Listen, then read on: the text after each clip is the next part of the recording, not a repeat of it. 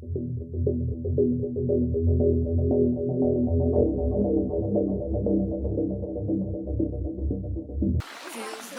kita seminggu ini bersama dengan permasalahan-permasalahan anak di Indonesia, siang hari ini kita bersama santai di Autism Garden yang dikelola oleh Ibu Immaculata, salah seorang Dewan Komisioner Komnas Perlindungan Anak. It's like 3 a.m., you're still on my mind. Let's not waste no time, just tell me how you're feeling. You still have my heart, although we've been apart. Let's go back to the start, I think we're both too brief. See the tunnel light, it's never been so bright. I haven't lost the fight, you let me keep believing. Nah, sahabat anak Indonesia, sekarang Nia bersama Bunda Immaculata. Apa kabar, Bu? Pagi kan Nia, Pagi. sehat semuanya. Bunda Immaculata ini adalah pemilik dari sekolah Autism Boarding School ya, Bu, Ya. ya. Ini baru sampai di daerah sini luas sekali. Kemudian juga ada bangunan yang wow gitu, besar sekali dan sepertinya ini akan jadi sebuah gedung apa nih kira-kira, Bu? Iya, jadi kan Nia kan anak-anakku yang lain kan udah gede-gede nih. Yang terbesar itu umur 29 tahun. Badannya udah pria dewasa gitu kan ya. Nah, jadi anak-anak yang 17 tahun ke atas dan memang mereka sudah siap kerja, nanti insya Allah akhir tahun ini mereka pindah ke sini. Jadi mereka tinggal di sini dan mereka melakukan pekerjaan sehari-harinya adalah bertani, berternak gitu ya. Jadi mereka bisa nanam berbagai macam buah, ada kambing, ada kelinci, ada lele dan segala macam. Jadi mereka sudah terbiasa bekerja karena sebelum ada gedung baru ini, kami seminggu 2 sampai 3 kali selalu ke sini. Jadi mereka sudah melakukan bisa melakukan kegiatan pertanian. Oke, berarti sekolah ini, bangunan ini nanti akan dijadikan sekolah atau dijadikan apa nih? Asrama. Iya. Jadi pendidikannya itu kan mereka sudah terselesaikan waktu di Bekasi. Jadi di sini mereka tinggal hidup karena ini seumur hidup loh kan ya. Jadi anak-anak mengambil konsep mereka akan tinggal bersama kami sampai usia Allah panggil, ya.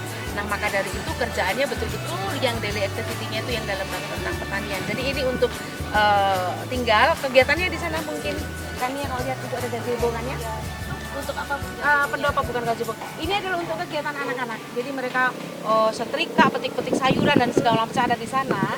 Namun sebetulnya juga itu kami bikin kafe di sana kan ya. Kafe? Ya. Jadi nanti ada kafe di sana, khususnya jualannya itu Sabtu Minggu. Sebab kalau Sabtu Minggu ini kan arah Sukabumi nih, rame banget. Jadi kita jualan organik, sayur buah-buah organik dan juga kafe. Lalu itu ada panggungnya kan ya. Itu untuk pentas karena 6 bulan sekali kami akan perform di hadapan para orang tua mereka. Oke. Berarti anak-anak nanti yang tinggal di sini yang memang usianya 17 ke atas. 17 tahun ke atas. Ya, dan laki-laki. Laki-laki. Ya, yang untuk perempuan tetap tinggal di Bekasi. Bun, mungkin bisa dijelasin juga sama sahabat anak Indonesia. Tadi itu udah beberapa kegiatan dijelasin di sini itu kegiatannya selain misalnya menanam atau apa, mungkin sahabat anak Indonesia juga di luar pengen tahu ngapain aja. Oke. Jadi mereka itu melakukan kegiatan sehari-hari itu adalah kegiatan rumah tangga.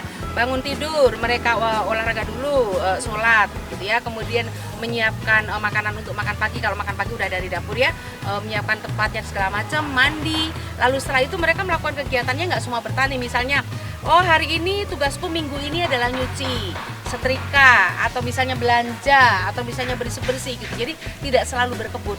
Jadi mengurus kegiatan itu daily activity lah, jadi kegiatan rumah tangga gitu. Karena walaupun anak laki-laki, mereka bisa semua kan ya, bisa masak, bisa nyuci, bisa setrika, bisa belanja. Nah itu mereka di sini juga melakukan hal yang sama. Nah kegiatan tambahannya yaitu tadi pertanian. Ya. Oke, apa namanya Bu? Anak-anak ini berarti yang memang sudah tinggal di sini prosesnya memang kan sangat lama tuh Bu, prosesnya. Iya. Seberapa apa namanya lama atau sulitnya sih Bu gitu menghadapi mereka, akhirnya tuh mereka bisa dilepas Iya. di Iya. sekolah ini. Itu pertanyaan yang keren sekali. Karena kan tiap anak berbeda. Perkembangannya lama dan cepatnya itu kan sangat berbeda-beda tiap anak gitu ya. Jadi memang ini harus sabar dengan proses. nggak kemudian masuk asrama kemudian sebulan 2 bulan seperti ini. Nah tapi bagaimana lamanya seperti Kak Ania tadi ya, ada yang 3 bulan sudah bisa semua, ada yang setengah tahun, ada yang setahun, tergantung dengan kondisi masing-masing. Namun seburuk apapun kondisi anak, untuk masalah perilaku dan untuk masalah dengan kemandirian itu sudah pasti akan berhasil. Karena apa? Habit, komit, dan ya konsisten ya. Konsisten itu jadi akan insya Allah semuanya akan tercapai. Namun kalau misalnya kayak bicara kayak akademik itu kemungkinan kecil sekali. Bicara mereka juga tercapai tapi bukan verbalnya ya. Reseptifnya lah, jadi diajak ngomong ngerti, ingin minta atau melakukan sesuatu juga ngerti gitu walaupun tidak verbal. Jadi kalau prosesnya lama sekali. Oke, keren banget ya sahabat anak Indonesia, yang udah dilakukan sama Bunda Imas sampai akhirnya membuat sekolah terinspirasi, membuat sekolah dan untuk anak-anak autis seumur hidup gitu loh Bun. Itu apa sih Bun yang akhirnya membuat oke kita bikin ini sekolah Kok seumur hidup gitu ya, kok kesannya buang anak gitu ya, kok kesannya nggak mau ngurusin anaknya gitu kan. Sekarang kita berpikir yang ini adalah yang realita ya Kak Nia. Suatu saat nanti kan ibunya nggak ada, dipanggil Tuhan kan ya, bapak ibunya dipanggil Tuhan. Lalu kalau mereka sudah pergi, ini anak ini mau dikemanakan? Rasa dibungkus toh. Jadi anak ini mau kemana?